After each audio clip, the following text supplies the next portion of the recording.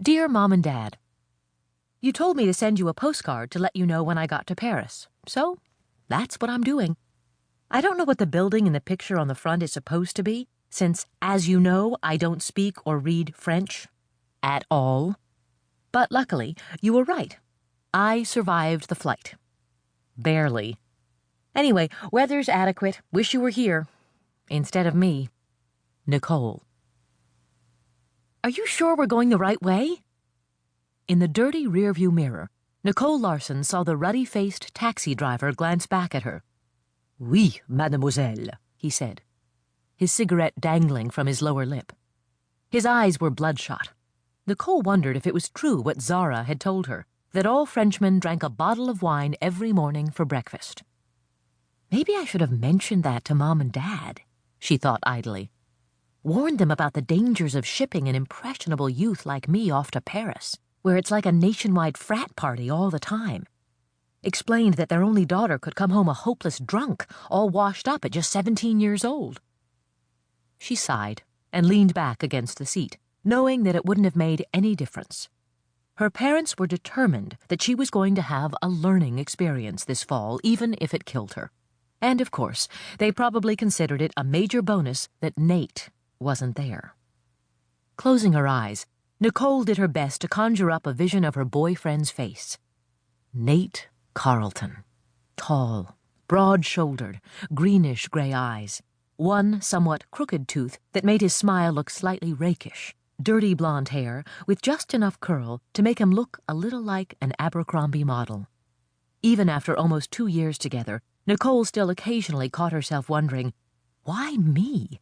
How did I land a boyfriend like Nate? It wasn't that she'd ever had trouble attracting male attention, not even in her early middle school years when her family was still moving a lot.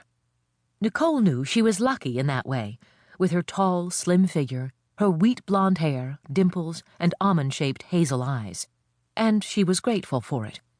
She figured her looks were probably the only thing that had saved her from a life of desperate loneliness during the years she'd spent walking into one brand-new classroom after another, forcing herself to swallow back her fear and smile at yet another roomful of strangers as they stared and decided whether to accept her, ignore her, or make her life a living hell. In that sense, she and Nate were perfectly matched. A cute couple, as most people said. But Nate was about more than just good looks. He had the whole package. Funny, outgoing, the life of the party. Anywhere Nate went, a good time usually followed.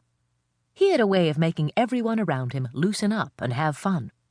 When he looked into Nicole's eyes, she forgot all of her anxieties and fears and just let herself be swept up in his energy.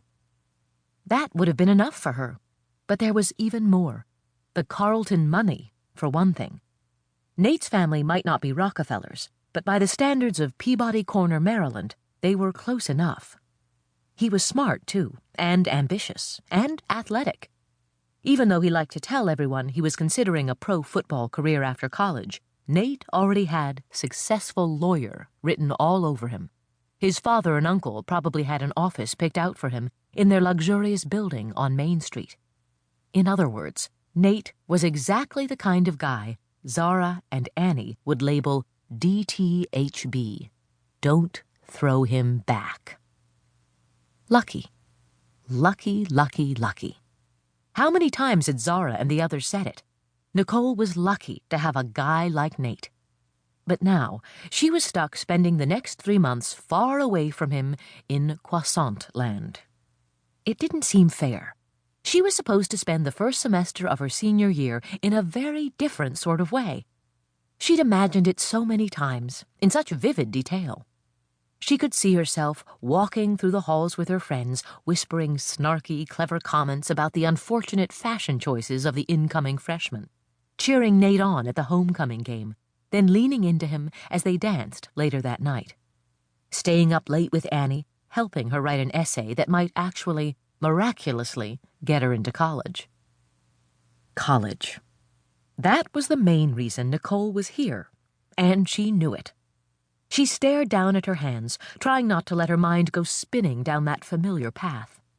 She was feeling depressed enough already.